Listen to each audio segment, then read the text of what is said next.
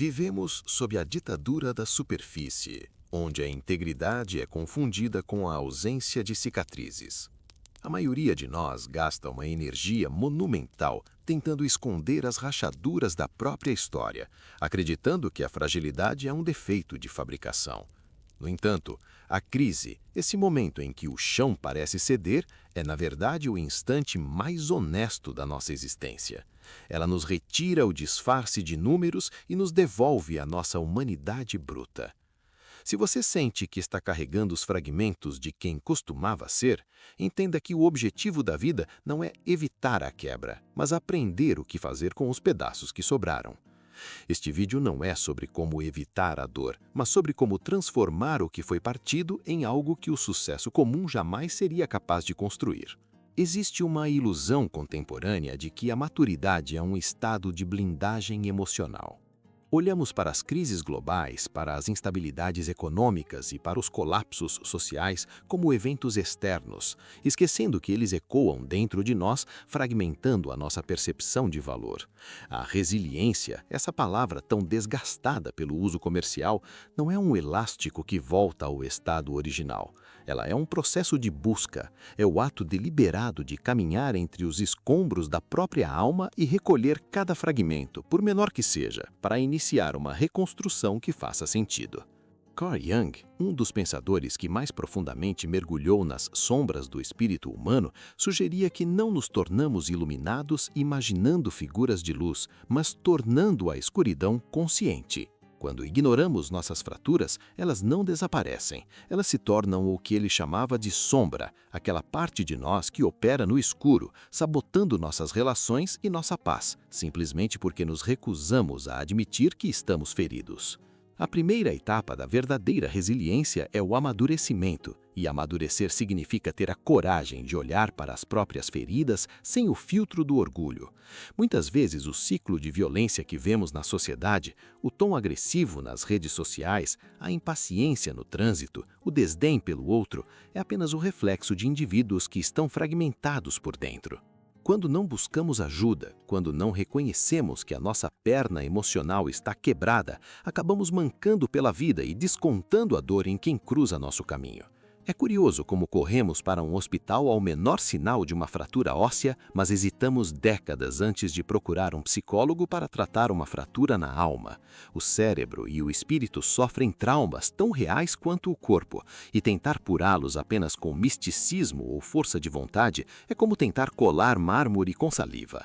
Precisamos de ajuda profissional, de ferramentas adequadas e, acima de tudo, do reconhecimento de que não somos invulneráveis. Para começar a reunir esses fragmentos, é preciso dar um nome à dor. Existe um poder quase litúrgico no ato de escrever. Não me refiro a escrever para os outros, para buscar validação ou curtidas, mas a escrever como um exercício de exumação. Pegue uma folha de papel e registre um evento doloroso. Escreva sem a preocupação estética de um autor, sem a censura de um editor. Deixe que os rabiscos, os erros de gramática e a letra trêmula façam parte do registro. Nada deve ser apagado, pois a vida não possui borracha. O objetivo desse exercício não é criar um diário de lamentações, mas externalizar o que está corroendo o seu interior. Quando a dor habita apenas o pensamento, ela é um fantasma onipresente, sem contornos definidos. Ao ser forçada a passar pela ponta de uma caneta, ela ganha peso, forma e limites. Uma semana depois, leia o que escreveu. Você perceberá algo fascinante. Ao colocar a dor no papel, ela deixou de ser uma parte indistinguível de você e se tornou um objeto que você pode observar. Você deixa de ser a dor para se tornar o observador da dor. Depois disso, enterre o papel. Esse gesto simbólico é fundamental e muitas vezes negligenciado. A Terra tem uma capacidade única de reciclar o que está morto para gerar nova vida. A tarefa não é guardar o sofrimento como um troféu ou uma justificativa para o fracasso, mas expressá-lo para que ele possa finalmente descansar e se transformar em adubo para o seu crescimento. Saber expressar o que carregamos é o que separa a resiliência produtiva do martírio silencioso. Se você guarda tudo, a pressão interna acabará por causar novas rachaduras, talvez ainda mais profundas que as originais. A expressão é a válvula de escape que permite que a reconstrução comece de forma segura e estruturada. Se os fragmentos são a matéria-prima da nossa história, precisamos de uma substância que seja capaz de uni-los novamente. No meu entendimento, não existe adesivo mais potente para a alma do que a humildade. No entanto, precisamos ser cuidadosos com o que chamamos de humildade. Muitas vezes, o que as pessoas confundem com ser humilde é apenas uma etiqueta social, uma formalidade cultural. No Japão, por exemplo, ensina-se desde cedo a inclinar a cabeça, a abrir a porta, a ser o primeiro a limpar o que foi derramado. Isso é admirável, mas pode ser apenas uma casca. Você pode baixar a cabeça e por dentro estar gritando de arrogância. A verdadeira humildade não é um comportamento externo, é o reconhecimento interno da nossa sombra. Jung nos lembrava que o reconhecimento do nosso lado obscuro é o que nos protege de nos tornarmos monstros. O orgulho, por outro lado, é o veneno que nos faz acreditar que somos o nosso próprio médico, o nosso próprio guia, e que o sucesso financeiro ou social é uma prova de imunidade espiritual.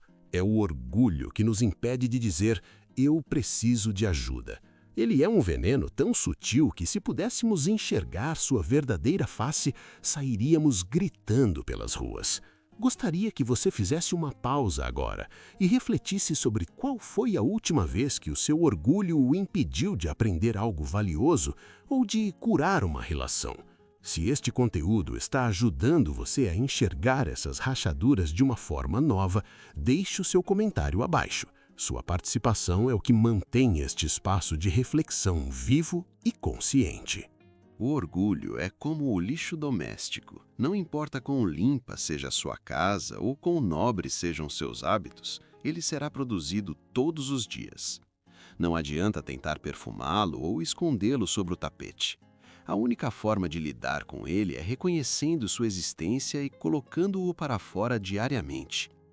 Reconhecer que somos pessoas orgulhosas, que temos resquícios de arrogância, mesmo em nossos atos mais bondosos, é mais da metade do caminho para a cura.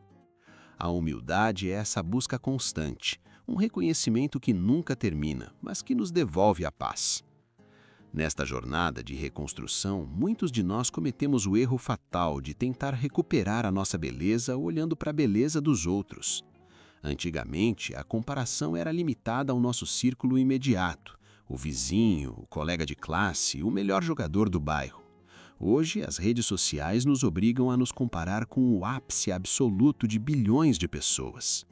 Se você desenha, encontrará alguém que parece ter nascido com um pincel divino. Se você é bem-sucedido, encontrará alguém que faturou em um dia o que você levará uma década para conquistar. Essa comparação é o caminho mais rápido para a paralisia. Ela nos faz sentir minúsculos e irrelevantes. Mas a verdade é que a única competição que não adoece a alma é aquela que fazemos diante do espelho. A sua única referência válida é quem você foi ontem. Recuperar a utilidade e a beleza da sua própria vida exige que você pare de olhar para os lados e comece a olhar para dentro. Imagine que a sua vida é uma obra de arte única.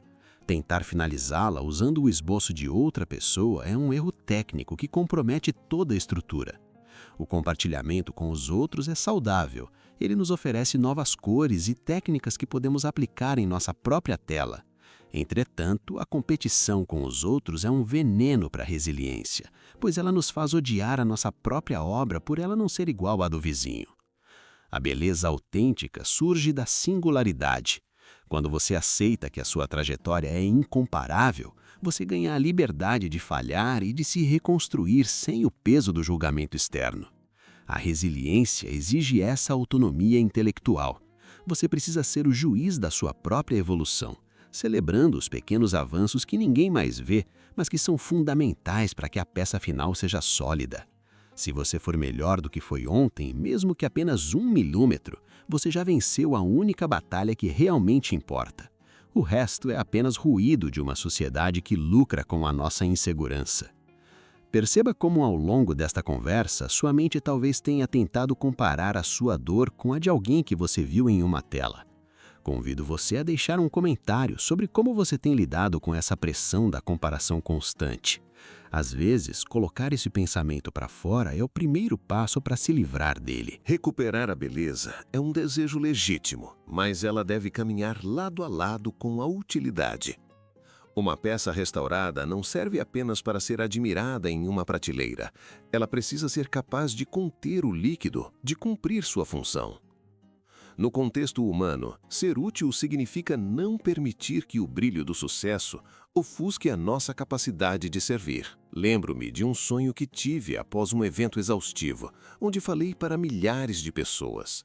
No sonho, eu pedalava em uma montanha gelada ao lado de um grande campeão do ciclismo. Eu estava empolgado, sentindo que tinha um talento oculto que poderia competir com os melhores do mundo. Eu estava focado na meta, no topo, na glória. Mas, de repente, alguém me segurou pelo braço. Era uma mulher que eu conhecia de um trabalho social humilde que realizei anos antes. Ela não queria saber do meu desempenho ou da minha velocidade. Ela apenas pediu que eu a ajudasse a colocar o casaco em sua filha pequena que tremia de frio. Eu hesitei.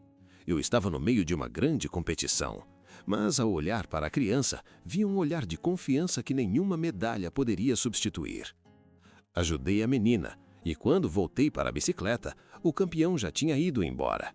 O topo da montanha continuava lá, frio e solitário, mas eu não estava mais nele.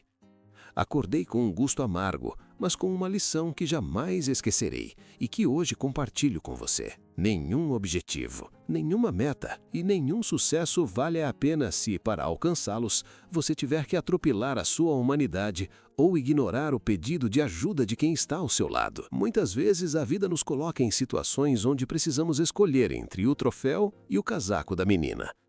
O mundo aplaude quem levanta o troféu, mas a alma só descansa quando colocamos o casaco. O sucesso que nos torna cegos para a necessidade do outro não é prosperidade. É apenas uma forma refinada de fracasso. Uma armadilha do orgulho que nos faz acreditar que somos maiores do que a nossa responsabilidade com o próximo. A verdadeira resiliência nos dá a força para subir a montanha, mas a verdadeira sabedoria nos dá a humildade para parar no caminho. É nessa pausa, nesse gesto de humanidade, que a nossa alma encontra a cola final que faltava para unir todos os seus fragmentos. Sem o outro, a nossa restauração é incompleta. A resiliência, portanto, não é o retorno triunfal a uma perfeição que nunca existiu.